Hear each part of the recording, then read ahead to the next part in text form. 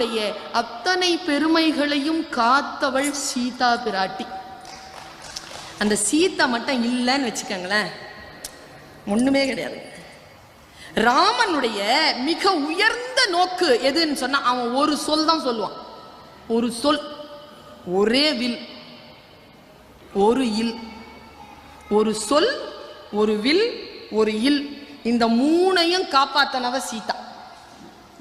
இந்த பெண்மை என்கின்ற உயர்ந்த இலக்கினால், அந்த கம்பீரத்தினால் ராமனுடைய வில்லாற்றலையும் ராமனுடைய சொல்லாற்றலையும் ராமனுடைய இல்லறத்தையும் மிக சிறப்பாக காப்பாற்றிக் கொண்டு சென்றதனால் தான் ராமன் தன் தந்தை பெயரையும் தன் தாய் பெயரையும் தனக்கு முன்னால் போட்டுக்கொண்டது போல தன் மனைவியின் பெயரையும் தனக்கு முன்னால் போட்டுக்கொண்டு ஆடவர் உலகத்திற்கே புதிய மரபை காட்டினான் சீதாராமன், ஜானகி ராமன்.